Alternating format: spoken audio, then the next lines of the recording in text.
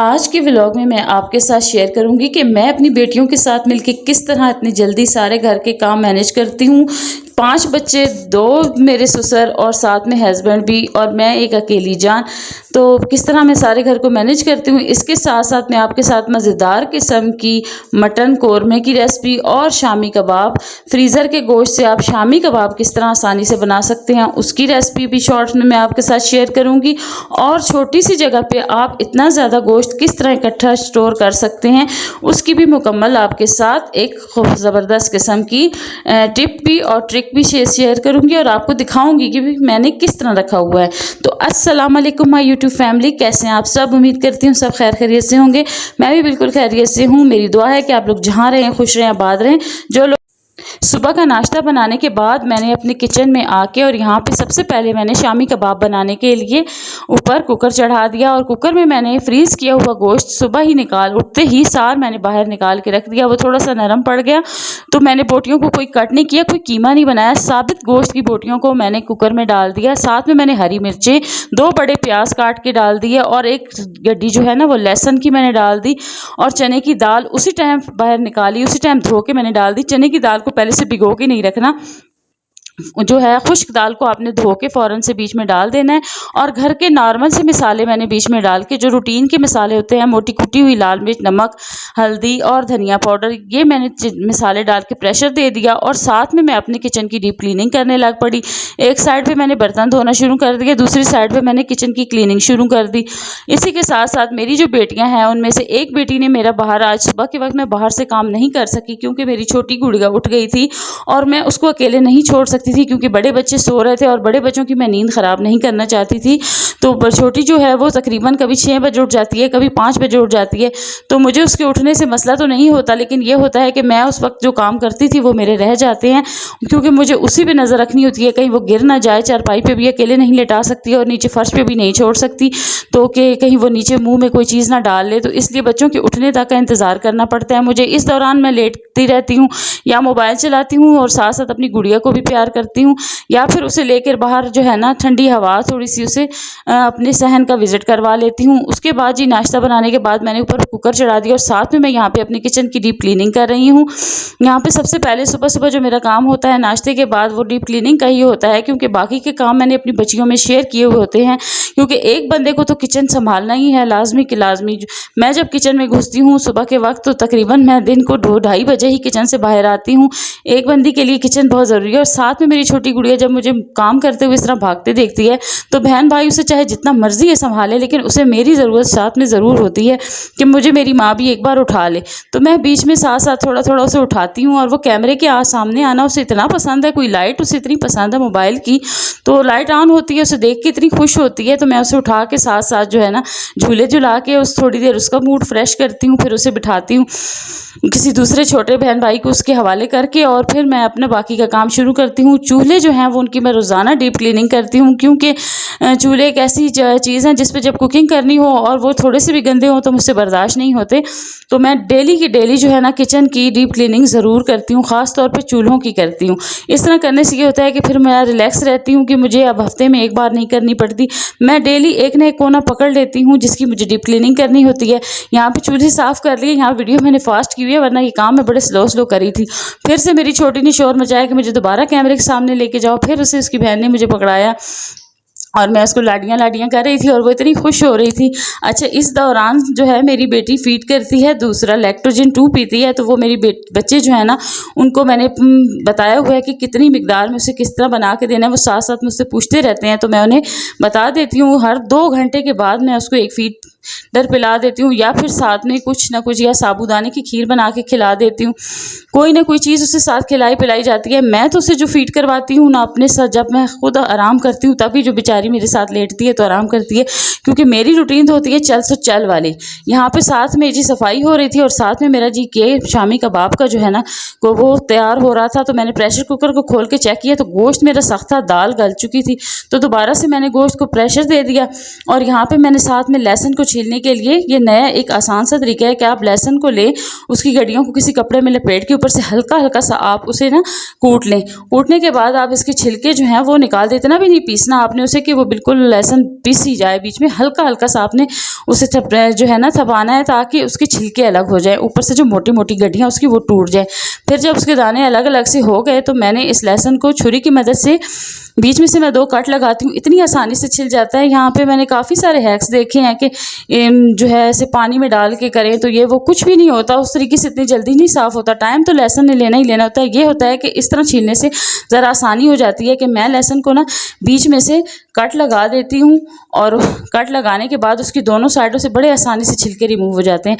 तो मैंने एक साइड पे ना जब कुकर ऊपर चढ़ाया तो साथ मैंने बर्तन धो लिए, किचन की डीप क्लीनिंग भी की, भट्टी को भी साथ संभाला, थोड़ा सा उसे भी लाडियाँ की, और उसके बाद यहाँ पे मैं जो है लहसुन को निकाल लिया कि क्योंकि लहसुन एक ऐसी चीज़ है, जब भी आप सालन पकाने लगे ना तो हम माओं को ना और हम लेडीज़ को लहसुन बड़ा ही बुरा लगता है, क्योंकि उस टाइम बहुत टाइम लगता है इसको छीलने में। तो मैंने सोचा कि अब बच्चों को वैसे भी छुट्टियां हैं तो सारे बच्चों को काम पे क्यों ना लगा दिया जाए।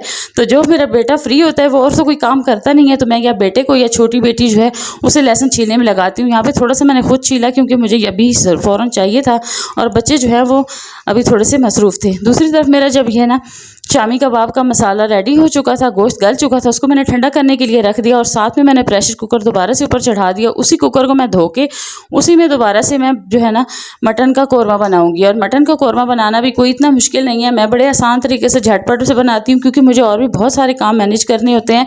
सारे कामों की तरफ मुझे तवज्जो देनी होती है, और 1 बजने वाला था, मुझे ससुर की तरफ भी खाना पहुँचाना था, तो मुझे हो गया था आज थोड़ा सा लेट में हो गई थी। लेकिन ये था कि कल की बची हुई काली दाल मेरे पास पड़ी हुई थी, तो मैंने तो कौरमा ये इस लिहाज से बना दिया था कि शाम के वक्त आके मैं ना रिलैक्स हो जाऊँ, और शाम के वक्त मैं आसानी से अपनी यूट्यूब का काम भी कर सकूँ, और साथ में जो है ना शाम के वक्त किचन इतना गर्म हो जाता है, इतना हीट अप हो जाता है, गांव में इतनी गर्मी पड़ रही है कि किचन में आने को दिल नहीं चाहता। लेकिन अल्लाह का शुक्र है कि मैंने किचन में ना एक छोटा सा स्टैंड वाला पंखा रखा हुआ है। ये पंखा मेरा चार्जिंग वाला पंखा था, जब मेरा बेटा हुआ था तब मैंने लिया था, तो तब से लेके अभी तक माशाल्लाह बड़ा अच्छा चल रहा है। और किचन तो मेरा इसी के सहारे मेरा किचन चल रहा है। तो मैं ऐसा करती हूँ कि एक साइड पीछे से मेरी पीठ वाली साइड पे ये पंखा ऊपर चलता रहता है, और मैं साथ में काम करती रहती हूँ। तो यहाँ पे ये एक टिप है आप लोगों के लिए कि जितनी भी हाउस वाइफ हैं, जितनियों के भी किचन में कमरे नहीं लगे हुए, तो वो एक छोटा सा जो होता है ना, ये चार्जिंग वाला पंखा मिलता है, ये अपने लिए जैसे कैसे भी करें, कमेटियाँ डालें, जमा करें, कोई इतना ज़्यादा महंगा नहीं है, 5 से 6 हज़ार में आ जाता है। तब तो मैंने इतना ही में ही लिया था, बल्कि तब तो मैंने आज से तकरीबन इसे 10 साल हो चुके हैं, 10 साल पहले मैंने ख़रीदा था, तब तो ये मेरे पास तकरीबन 3,000 में आया था। लेकिन अभी बहुत होगा तो 5,000 का होगा या 8,000 का होगा। छोटा सा है, चार्जिंग वाला है, और डायरेक्ट भी लग जाता है बिजली पे। तो मैंने यहाँ पे उसे पीछे से लगा देती हूँ, और मैं बड़े सुकून से काम करती रहती हूँ।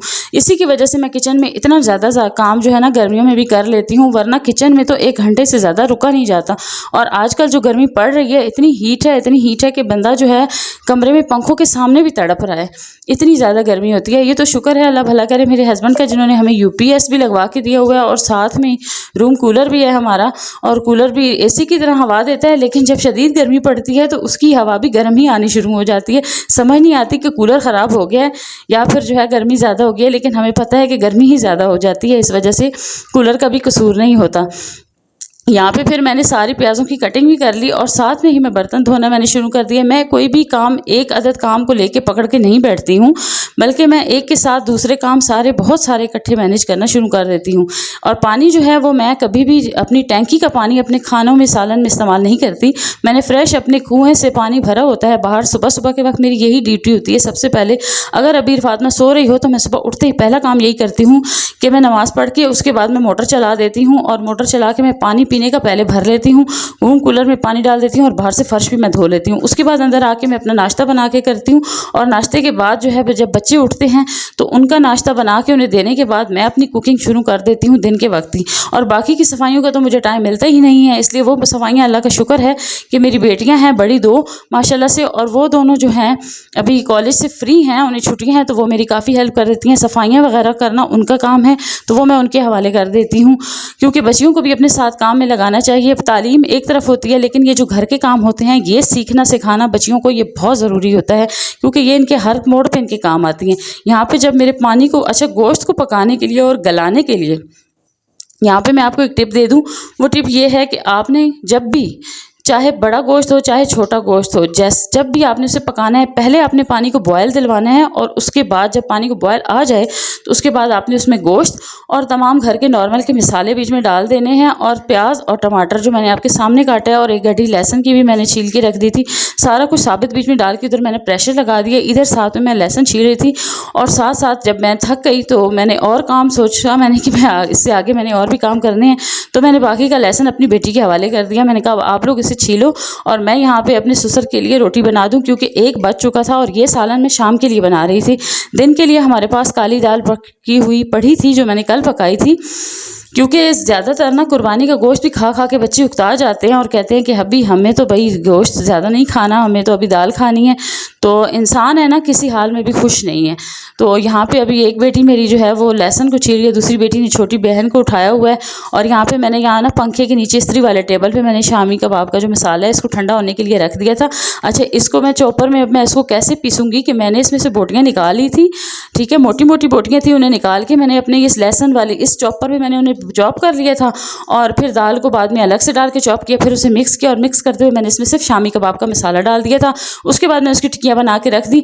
लहसुन को भी इस तरह करके मैं क्रश करके रख दूँगी, क्योंकि जो पेस्ट बनाती हूँ ना वो काला हो जाता है और मुझे वो बिल्कुल पसंद नहीं है। इस तरह मैं ना इसको क्रश करके और डब्बे में डाल के फ्रीज़र में फ्रीज़ कर दूँगी। अच्छा, ये है जी तरीका। जो अगली टिप है, मैंने बोतलों में गोश्त जो फ्रीज़ किया, ये जो सामने वाली साइड है यहाँ पे मेरा बकरे का गोश्त है, मटन का है। ये सामने जो डब्बा है ये भी हमारे रिश्तेदारों के घर से ही गोश्त आया था कुर्बानी का, तो इसमें भी वो है। अच्छा, पीछे की साइड पे मैंने सारी बोतलें रखी हुई हैं काट के, उनमें गोश्त पड़ा हुआ है। आया तो हर गोश्त में मेरा तकरीबन 1.5 पाव गोश्त है, क्योंकि मैंने हाफ कट की थी। ये शामियाँ मैंने बना के ऊपर फ्रीज़ कर दी, आधी तो हम लोगों ने रात को खा ली थी। ये सुबह की वीडियो है। और सामने मैंने 3 गिलास बर्फ़ के भी रखे हुए हैं पानी के। अभी ये वाली बर्फ़ मैं कूलर में डाल दूँगी और नए गिलास में ऊपर रख दूँगी, और ये जो चीज़ें ऊपर फ्रीज़ हो चुकी हैं इनको मैं नीचे रख दूँगी, क्योंकि मेरी फ्रीज़र थोड़ी सी ख़राब है, फ्रिज ख़राब है। तो ऊपर ये दो बाल्टियाँ आगे की साइड पर दूध वाली हैं, इनके पीछे भी गोश्त पड़ा हुआ है। इनके पीछे बड़ा गोश्त है जो कि सिर्फ वो है जिसमें छिचड़े वगैरह नहीं है। इसका मैंने कीमा निकलवाना है ताकि मैं मज़ेदार किस्म के कोफ्ते और कबाब अपने बच्चों को दे सकूं। और जैसे कि मैं बता चुकी हूँ कि हमारे घर में इतना ज़्यादा गोश्त कहाँ से आया है कि मेरे हस्बैंड जो है वो गोश्त का कारोबार करते हैं, तो जहाँ जहाँ उन्होंने ऑर्डर पे काम किया उन्होंने उनके हिस्से का उन्हें गोश्त दिया। बाकी अपने मोहल्लेदारों ने भी हमारे यहाँ पे हमारे घर में आके हमें गोश्त दिया है। मेरे रिश्तेदारों, मेरी अम्मी के घर में कुर्बानी हुई है, काफ़ी सारे कज़न्स के घर में भी हुई है, तो वो सारा हिस्सा भी हमारी तरफ आया हुआ है, तो वो सारा भी मैंने फ्रिज में रखा हुआ है। नीचे वाला मेरा जो खाना है कि इतना ज़्यादा ठंडा नहीं होता। अच्छा, यहाँ पे एक और बहुत ही ज़बरदस्त मैं आपके साथ बात शेयर करने लगी हूँ, और वो ये है कि बच्चों के कद के हवाले से। बच्चों के कद नहीं बढ़ते जिन बच्चों के, एक तो आप उन्हें केला ज़्यादा से ज़्यादा खिलाएं, दूसरा आगे मैं आपको यहाँ पे एक दिखाऊंगी मेडिसिन, ठीक है। यहाँ मेडिसिन एक पड़ी हुई है, होम्योपैथिक की मेडिसिन है, इसका कोई नुकसान नहीं, कोई साइड इफेक्ट नहीं है। मैंने सारे अपने सब बच्चों को ये ना कतरे पिलाए हैं। ये कतरे हैं, पानी में डाल के पिलाने होते हैं। 10 कतरे रूटीन के साथ आपने आधा गिलास पानी में डाल के अपने बच्चे को पिला दें, या फिर 2 घूंट पानी में आपने 10 कतरे डाल के ऊपर से 1 गिलास आधे गिलास पानी का अपने बच्चों को पिला देना। ये है वो दवाई कद बढ़ाने वाली, इतनी महंगी नहीं है। 160 रुपये की ये शीशी है, बोतल है, मतलब ड्रॉप्स है ना, 160 रुपये की हैं। होम्योपैथिक के हैं, आप कहीं भी किसी भी पास भी जाएं और यहाँ से आप ये ख़रीद सकते हैं। इसका आप स्क्रीनशॉट ले लें और इसको आप मंगवाएं जिन बच्चों के कद छोटे हैं, और ये उन बच्चों के लिए जिनकी उम्र 8 साल है, ठीक है। 8 साल से लेकर आप 12 साल तक के बच्चों को ये आसानी से पिला सकते हैं। 12 से ज़्यादा के भी बच्चे पी सकते हैं, कोई नुकसान नहीं है, लेकिन 8 साल से 12 साल तक की उम्र के बच्चों का हाइट बढ़ने का अमल होता है जल्दी, और ये जो कतरे हैं इसकी वजह से वो ज़्यादा जल्दी कद बढ़ने लगता है। और माशाल्लाह मेरी हाइट जो है वो कम है, लेकिन मेरे शोहर की हाइट जो है माशाल्लाह बहुत अच्छी है, और मेरे बच्चों की हाइट भी अपने पापा पे भी गई है। लेकिन साथ में मैंने ये कतरे भी उन्हें पिलाए हैं, और साथ में उनको क्या क्या मैंने चीज़ें खिलाई हैं इंशाल्लाह नेक्स्ट वीडियो में मैं आपके साथ वो भी शेयर करूंगी, क्योंकि अभी मेरी ये वीडियो ख़त्म होने वाली है। तो उम्मीद है मेरी आज की मोटिवेशनल थोड़ी सी वीडियो जो है वो आपको पसंद आई होगी। वीडियो काफ़ी लंबी हो चुकी है, इसलिए अभी मैं आपके साथ इजाज़त चाहती हूँ, इस दुआ के साथ कि जहाँ रहें खुश रहें, आबाद रहें। मुझे भी दुआ में याद रखें और आप भी आबाद रहें, और मेरे चैनल को सब्सक्राइब कर दें। अल्लाह हाफिज़।